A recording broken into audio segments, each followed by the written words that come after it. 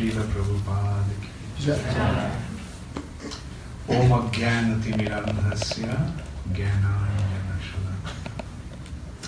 I was born in deep darkness of ignorance, but very mercifully my spiritual master opened my darkened eyes with the salve of transcendental knowledge. In this material nature, we all are born in ignorance. And we receive knowledge in two ways. One is through our sense perception. With our senses, we perceive different objects and we store them in our memories and we use our intelligence to use them to develop certain understanding.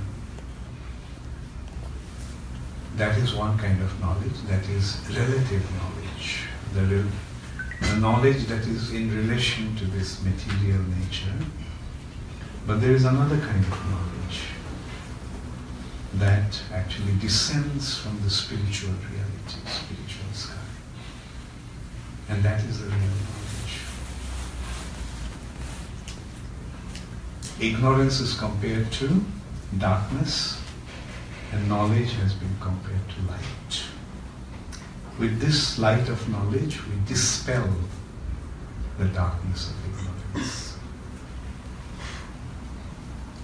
So, the topic for today's discussion is dead matter and immortal soul. That is the very preliminary understanding. That is the platform that enables us to transcend the material nature and enter into the spiritual reality. And that is what we are going to discuss today. In simple words, matter by nature is dead. Isn't it? Matter is inert. Inert means dead. That's why it's a dead matter. We can consider so many different objects are there, as in the picture we are just showing. Clarinet, football, bottle, table, microphone. These are all dead matter. They don't have consciousness. But we, you and I, we all are living. So what causes us to be alive or conscious? If I throw this question to you, what will be your answer? Hare Krishna. What will be the answer? I think the simple answer is going to be the presence of the soul. How many of you agree with me? Please raise your hands. Very good. So, it is the presence of the soul that makes this body, which is made of dead matter. So it's the presence of the soul that makes this dead body alive. Isn't it? Now, otherwise this body is actually made of matter. No one will deny that. Now the thing is, the simple consideration is, matter is dead. Right? This body is made of matter. So what kind of body is this? Dead body. But because of the presence of the soul, this body is conscious of the body. When the soul accepts a new body, that is the birth of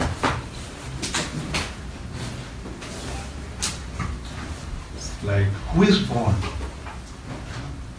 The body is born. When the body is born, when the soul accepts this body. There's a very profound and clear understanding on that, how the soul enters into the body. It is through the father. The soul enters into the womb of the mother. The sperm impregnates the ovum in the womb of the mother. And that causes the womb, the egg in the womb, to develop gradually. And then when the body is complete, then the body comes out of the mother's womb. That's the birth. And as long as the soul remains in the body is alive. And when the soul leaves the body, dead body. As we discussed at the very outset, that when the soul leaves the body which is dead body to begin with, becomes dead again. Now the consideration is, who dies? The body dies. Who is born? The body is born. The soul is never born. The soul is immortal. And this is how we actually transcend the material nature and come to the spiritual reality. Understanding our real identity.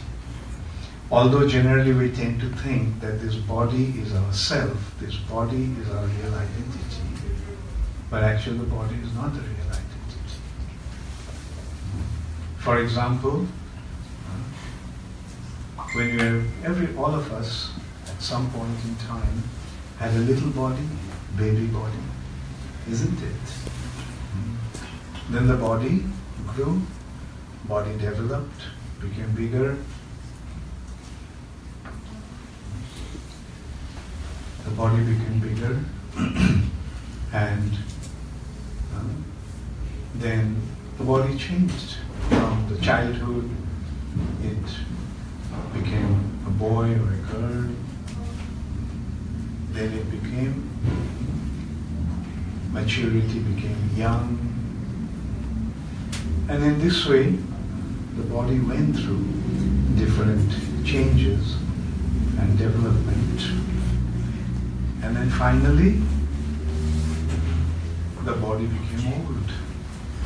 And then eventually, the body died.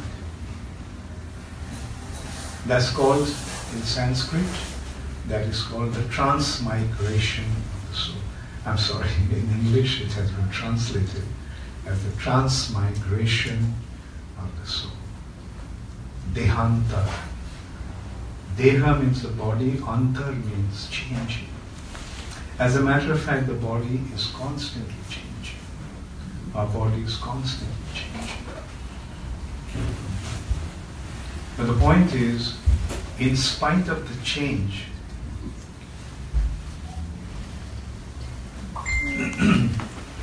the point is, in spite of the change of the body, we do not change. We remain the same person. Actually, this is how in Bhagavad Gita, Krishna is establishing the identity of the soul, or the identity, our identity being different from the body. Like Krishna is making the point, Dehi Nashmin Jatha Dehi Komaram Jovanam Jara.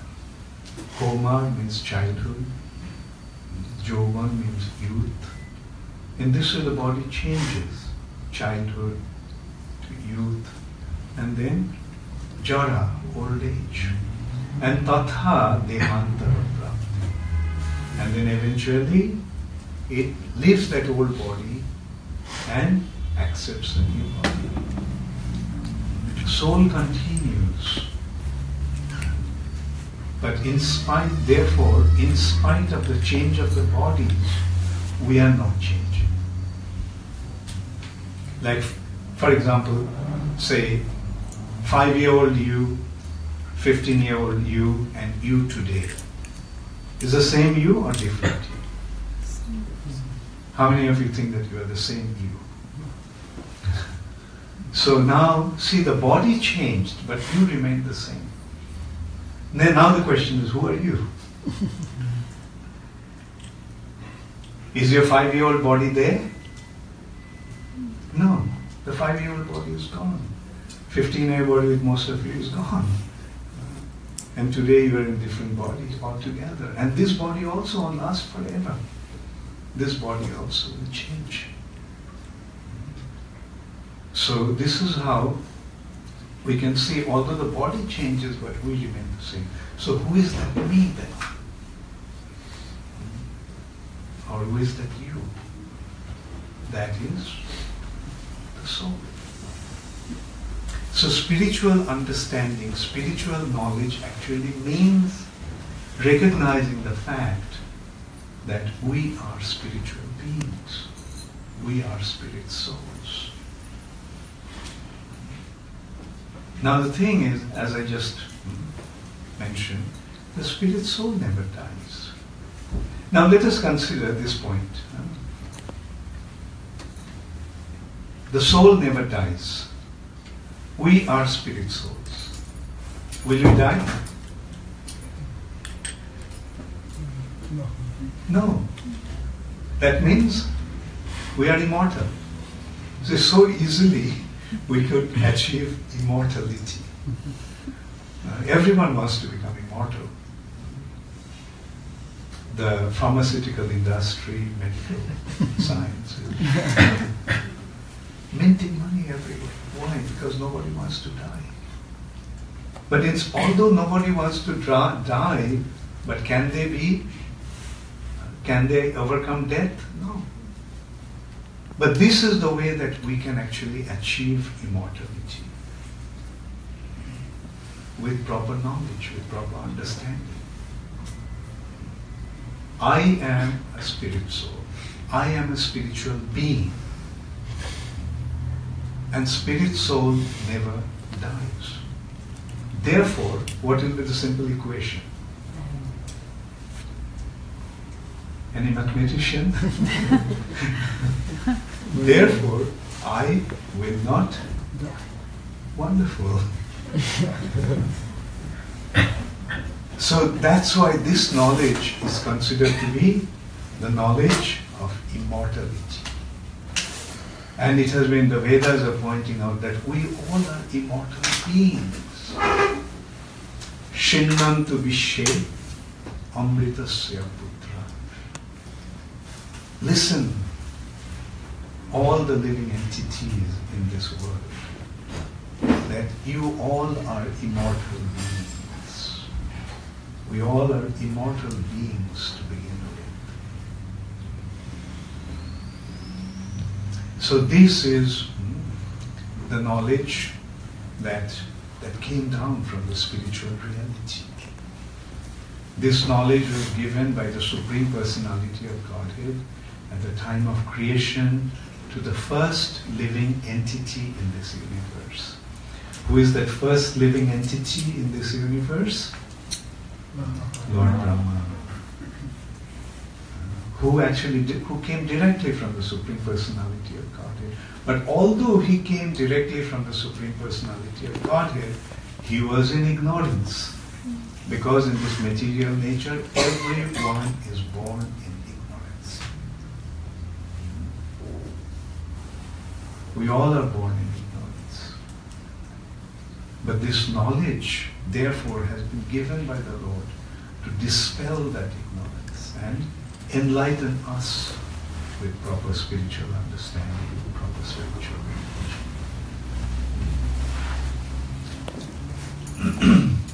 Now, if we consider life, do the animals have soul? Yes. Do the insects have soul? Yes. Yes. Do the trees and plants have soul? Yes. So the point is, wherever there is life, there must be a soul. It is because of the presence of the soul that makes the body, dead body made of dead matter, alive. So now the Vedas are giving, actually Vedas, the Vedic wisdom is the most profound scientific knowledge. Most profound. They are not beating around the bush or developing some, speculative concepts. They are dealing with the reality. They are dealing with the facts. Like for example, in today's world, many people have difficulty in accepting that animals have soul. I was in South Africa. I was having a talk with one of our devotees' grandfather who was a judge, was a high court judge there. And when I tried to make that point that the animals have soul, he had difficulty in accepting it. Mainly because they didn't have any understanding what the soul is. And of course, it took me about half an hour, but then he had to accept it. The animals have souls. What to speak of animals? Even the trees have souls. The trees are alive, right? The trees are alive. Now what are the symptoms of life? So Vedas are giving us the symptoms of life. The first symptom of life is birth. Anything that is living is born at some point in time. A seed falls on the ground and it germinates into a seedling. A tree is born. A tree is born. Birth. Then growth. From the tiny little seedling, it grew into a huge tree. Growth. A tiny little baby, you all became big gentlemen and ladies. Right? Growth. Then change. In autumn, all the leaves fell off from the tree. Then in winter, they're completely bare. But then came summer, then came spring. Now spring. What are we seeing everywhere? The branches of the trees that were bare, the leaves, new leaves are coming. Then there'll be flowers. And then there'll be fruits. And in the fruits there'll be seeds. And when the seeds will fall on the ground under certain favorable condition, the seeds will develop into a seedling. Another tree will be born. So the fourth consideration is, wherever there is life, reproduction, multiplication of the same species. Reproduction. Then, eventually it will become old, decay, and then death. So these are the 6 symptoms of life. Birth, growth, change, reproduction, decay, and death. Now just consider whether all the living entities fall in this category. The trees, plants, insects, worms, reptiles, birds, animals, human beings. No matter whoever we are, wherever there is life, these 6 symptoms must be there. Why? Because of the presence of the soul.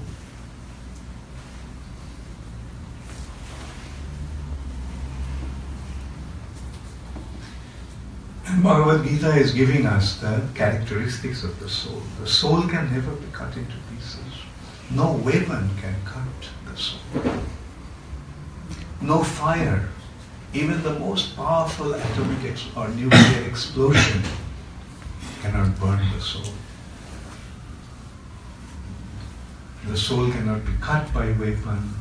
Soul cannot be burnt by fire. Soul cannot be drowned in water.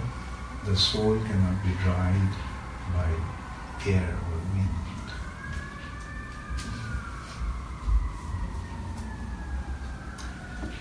Now the consideration is, then although we are spiritual beings, then how come we ended up in this situation? Isn't that a natural consideration? Like if we are spiritual, then why are we in this situation where we forgot our spiritual identity? In that respect, an example has been given in the Vedas. Just like a spark. A spark is fire, but the spark is a tiny fire. Therefore, when the spark comes out of the fire, it loses its fiery qualities. Isn't it? Does the fire stay, does the spark remain burning for long? No. Very quickly, it's extinguished. It loses its fiery qualities. And then what is next to fire? Next to fire is ash. And falling in the heap of ash, that was fire at one time, that spark, that inflammable object, now became ash. Similarly, when we lose our connection with the Supreme Soul, the Supreme Personality of Godhead, we lose our spiritual qualities. And falling in the world of matter, we become matter. We identify ourselves with matter. Does that analogy make sense? Just as the spark, when it comes out of the fire, loses its fiery qualities, and falling in a heap of ash, it becomes ash. Similarly, we, the spiritual entities, the spirit souls, because we are tiny, when we sever our relationship with the Supreme Spiritual Personality, we lose our spiritual identity, and falling in the world of matter, we identify ourselves with matter. So that's actually what has happened.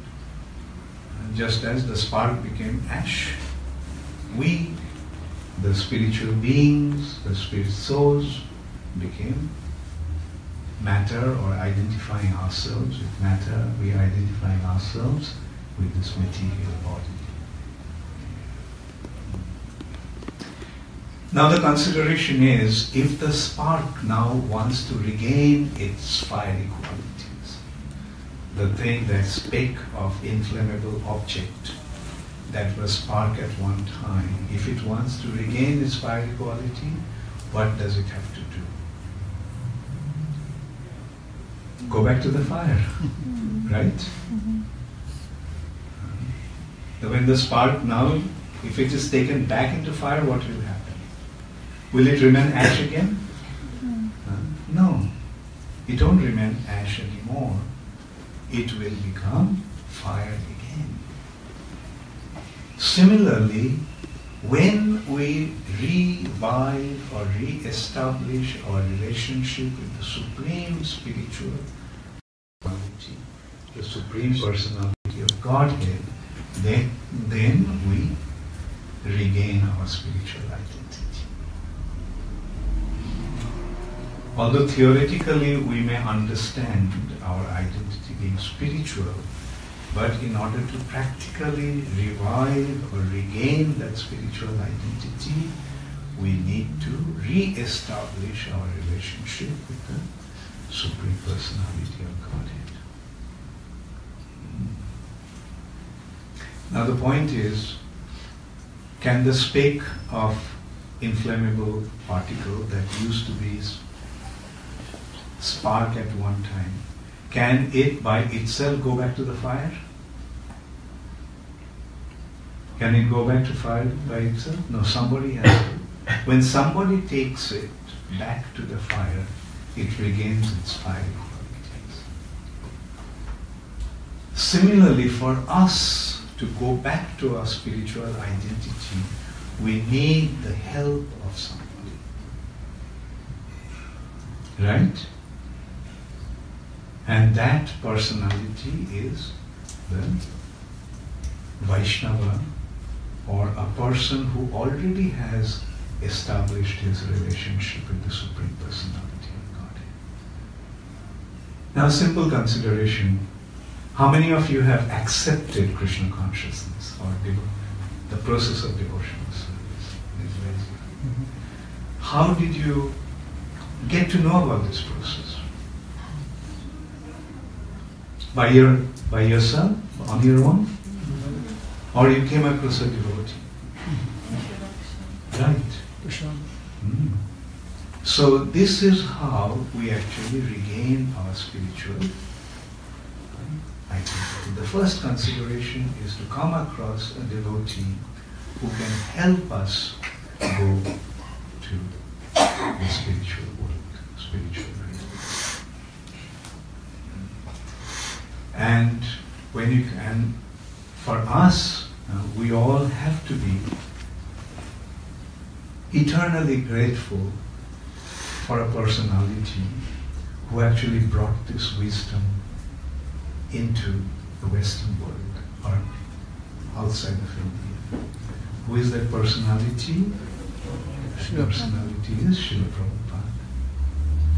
See, just one man came at the age of 70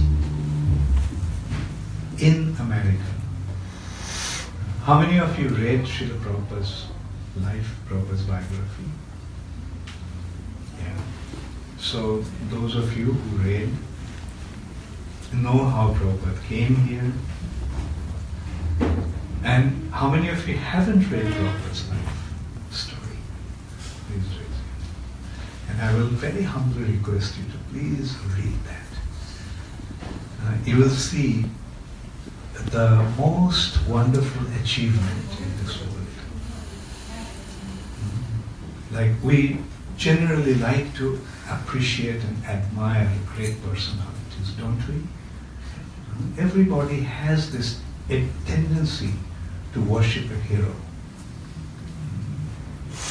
And here we will see a personality who is the real hero, who at the age of 70 came to America penniless, didn't have any money with him whatsoever, didn't even know where he was going to stay, simply depending upon the Supreme Personality of Godhead. This personality came to America. And then, within 10 years' time, he spread these teachings all over the world, establishing 108 centers of this education, 108 temples all over the world. Now, just consider, we admire so many people, like, for example, Steve Jobs and others. We admire them because they started in such a humble way, but created such an amazing dynasty. Now consider Srila Prabhupada, 70-year-old person, came to America, literally penniless, and without any resources, without any support, without any help from anyone, he actually started this movement. And within 10 years' time, he spread this movement all over the world. Now, isn't this the most amazing success story? Like, okay, let me ask you one thing. How many of you dare to go to a foreign country without any money in your pocket? Will anyone dare to do that? Not only without any money, where you do not have, where you do not know anybody in that country. Who will ever dare to go take such a risk? And not only that, you go to that country and you start a business that becomes a multinational company within 10 years' time. And at one time, Prabhupada actually told me that I'm the richest man in this world. And you know what was his reasoning? His reasoning was, I have 10,000 followers who are working for me, and they're not taking any salary, but giving all the money to me. I mean, what an amazing success story. So the point is that, therefore, we have to remain eternally grateful to Srila Prabhupada, because it's because of him that we are sitting here today and discussing about this topic. Now, how many of you consider that this topic that we are discussing here is very important? Please raise your hand. So there you are. This is a topic that's not discussed in your universities, in schools, in colleges, right? But this is the most important knowledge. Like as we just concluded, that just by understanding this fact that we are spiritual beings, we achieve immortality. Like, isn't this a very, very important consideration? Doesn't everybody want to become immortal? Or let's put it the other way around. Who wants to die? Does anybody want to die? That means everybody wants to overcome death. Everybody wants to become immortal. And this is the way that you can achieve immortality. Because you are immortal to begin with. You simply have to recognize your real identity. Right now, you are dwelling with the wrong identity, a mistaken identity. That's called false ego. The meaning of the word false ego means mistaken identity. The identity that you are considering yourself to be is not you. That's someone else, the body. The body is not you. You are a spiritual being. Okay, so now let's go back to that point. How will the spark become fire again? Or that inflammable object that has become ash will become fire again? How many of you remember? Someone has to take it to the fire. Right, to re-establish its connection with the fire. So similarly, if we want to regain our spiritual identity, what do we have to do? How many of you know the answer? Please raise your hands. What you have to do? Re-establish your relationship with the Supreme Personality of God. Now is the big question. How do you develop your relationship with Him? How do you develop your relationship with anybody?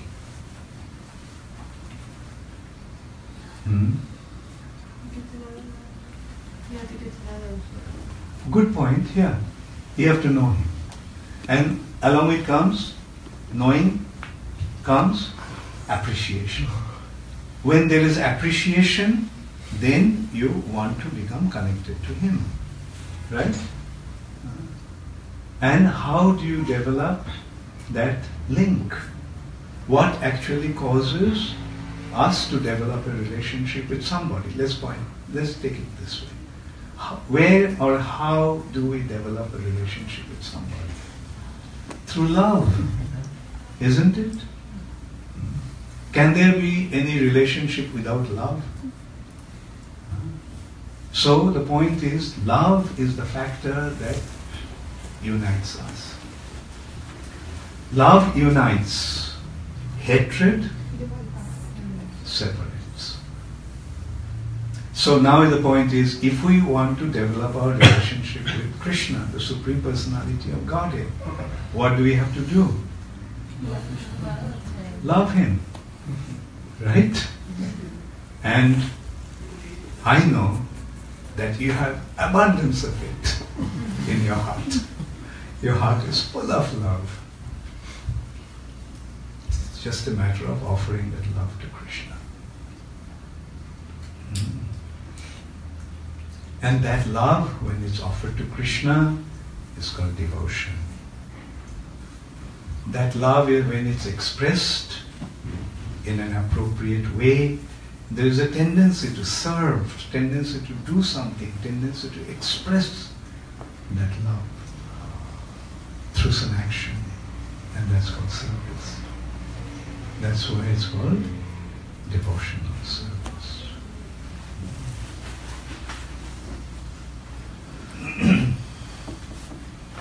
One revives one's spiritual identity by developing a loving relationship with Krishna.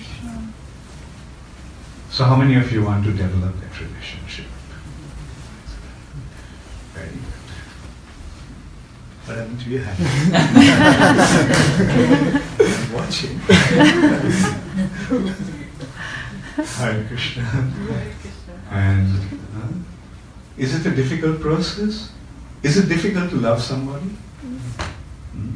Especially when that person loves you so much. Now that's the point now. Does Krishna love us? Yes. Who is supplying all the food that we are eating? Who is supplying that? Health food? Or Publix? Who is supplying that? Krishna. Thank you.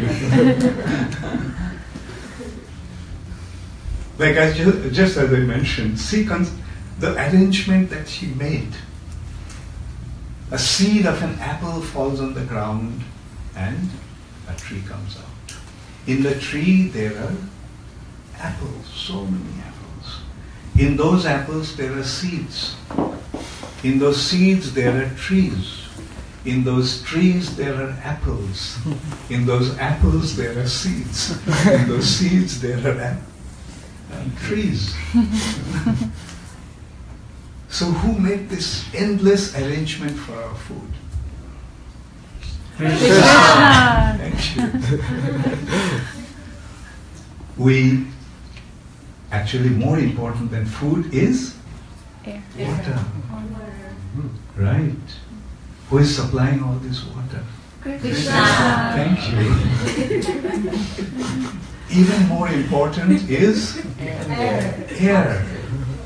To breathe oxygen. But we are taking oxygen and giving out carbon dioxide. If this process continued, then what would have happened? The whole atmosphere would have been filled with carbon dioxide. Right?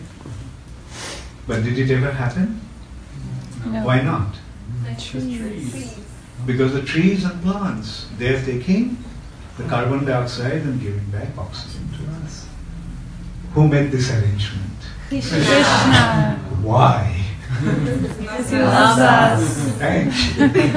Now see, Krishna loves you. What are you going to do? Krishna loves you. But is the love complete? When he loves, but we do not reciprocate, when we do not love them. Love is reciprocal. There is an expression, love is a two-way traffic, isn't it? So if if one person loves but the other person doesn't love, how does that person feel? Doesn't it feel sad? But then someday that other person says, I love you. Then how does that person feel? Happy. Right. So Krishna loves us, but we don't love Krishna. How is Krishna feeling? Sad. Now, if we tell Krishna, Krishna, I love you, then how is Krishna feel? Happy. Thank you. Now, how do you say Krishna, I love you? Krishna. You can simply say Krishna, I love you.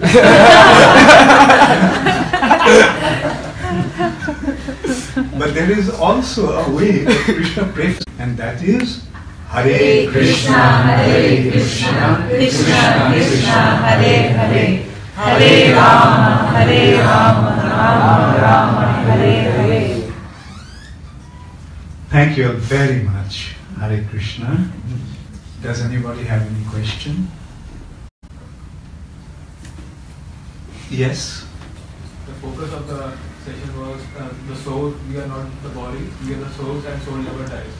My question is, what difference will it make, like, if the soul does not die? Soul cannot do a thing without the body. The soul cannot? Do a thing without the body. Like body No, I would put it the other way around. The soul cannot do it, and the body cannot do anything without the soul. Like what needs to be... No, not two ways. Not two ways. Say for example, unless you operate the machine, say for the car, unless you drive the car won't be able to drive. But you can do 25,000 other things without the car, isn't it? Right? So that is the thing with the soul. Soul can do so many things. Mainly, the soul can love Krishna.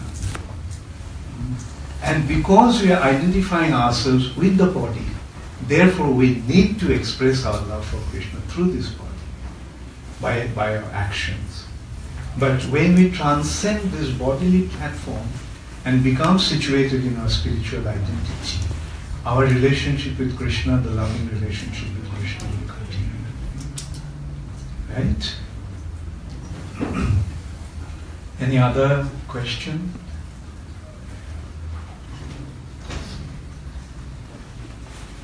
Yes. Yes. When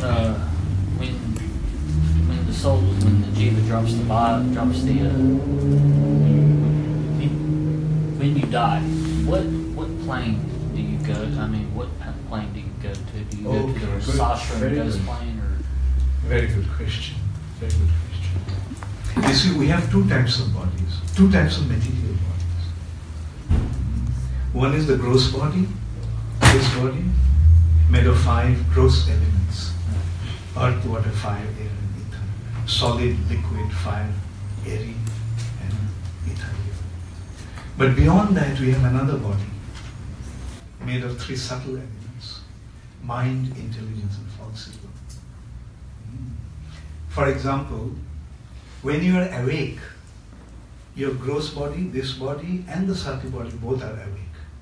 When you fall asleep and you are dreaming, are you there? Well, the subtle body's there. Right. The gross And that is the body's- subtle body. Yeah. When you are dreaming, you have your identity, you are experiencing things. So you are dwelling in your subtle body. So this is how we can see that we have another body beyond this body, and that is the subtle body, or you can say mental body. Right, the body. So at the time of death, we leave the gross body, but the subtle body remains. Subtle body doesn't die. It remains. Okay, so the subtle body. So the is- subtle body carries the soul to the next destination according to the subtle body's shape. For example, everything that we do has its effect in our mind, so to say. Like when you do something good, how do you feel? Elated. When you do something bad, although nobody saw you doing that, how do you feel? Happy. So this is how all our actions are leaving their impressions in the subtle body. Like, don't we sometimes say that, oh, that person is like an angel? Why? Because his activities are like that of an angel. Sometimes we say, oh, that person is like an animal. Right? Right. Because his activities are like that of an animal. And as a result of that, his subtle body takes the shape. A person who acted in an angelic way, he developed his subtle body took the shape of an angel's. And the one who acted like an animal, his subtle body takes the shape of an animal's.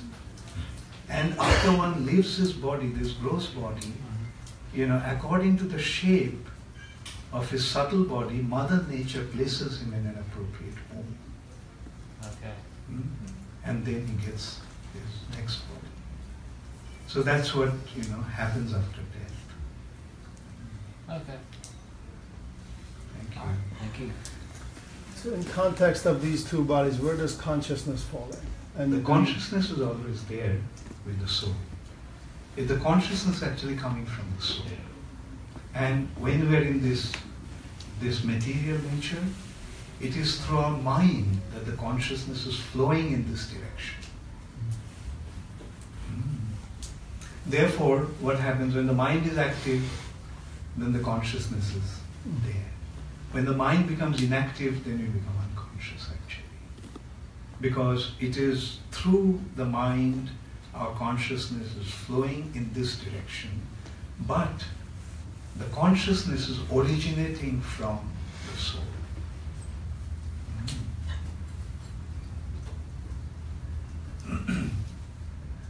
Yes? Hi. You said the subtle body never dies, but if the subtle body is made up of three elements of material nature, how is it immortal? Very good. Very good question. Really, it's a very good question. Yes, subtle body doesn't die. Meaning, we don't leave the subtle body at one point, like we do the gross body. At some point, we just leave the gross body and you go. Right? But that doesn't happen with the subtle body. Subtle body doesn't die in that sense. But the subtle body can be dissolved or transformed. For example, mind. When the mind is engaged in thinking about Krishna, mind business is to think, right? When the mind is engaged in thinking about Krishna, the mind becomes spiritualized. From material, it becomes spiritualized, right? In this way, when one becomes engaged in serving Krishna, then Krishna gives him spiritual intelligence called Buddhi Yoga. Right? That is devotional service, to be engaged. Intelligence business is to determine what to do and what not to do. Right? So when the mind is engaged in thinking about Krishna or become engaged in devotion to Krishna, then the intelligence becomes spiritualized by being engaged in devotional service to Krishna. And in this way, when one becomes engaged in devotional service, his false ego, which is a mistaken identity, is rectified and he is situated in his actual identity. What is the actual identity of a living entity? So, He is a servant of Krishna. servant. So when one becomes engaged in serving Krishna, he becomes situated in his actual identity. So at that time what happens? He doesn't have a subtle body. He's a pure spirit soul residing in this apparently material body. And that stage is called liberated stage, Jivan Mukta stage. Although he is dwelling, he is in this body, but he is a liberated soul. But if one does not become liberated, the impressions keep occurring on When you subtle become body. engaged in serving Krishna, engaging your mind to think about Krishna, engaging your intelligence to be engaged in devotional service to Krishna, and in this way, when you become a servant of Krishna, you're already liberated. Right? Right. Thank you. See, liberation is such an easy thing to achieve. We don't have to go to the Himalayan mountain to meditate for so many thousands of years. Just sitting in Gainesville, you can achieve it.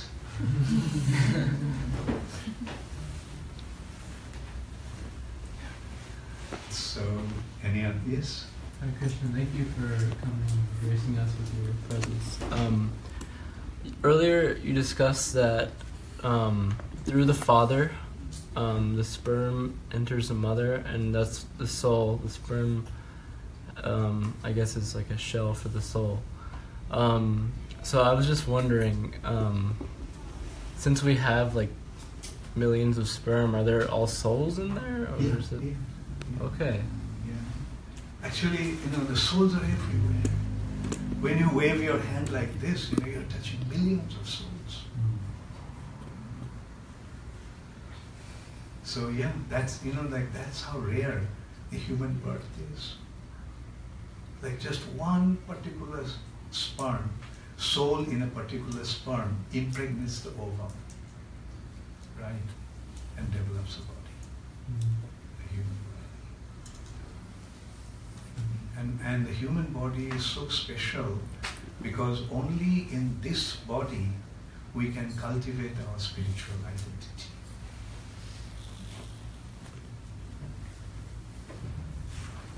Therefore, please take full advantage of this, this wonderful opportunity.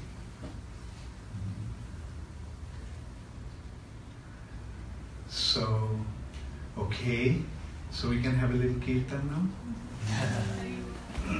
Haribo.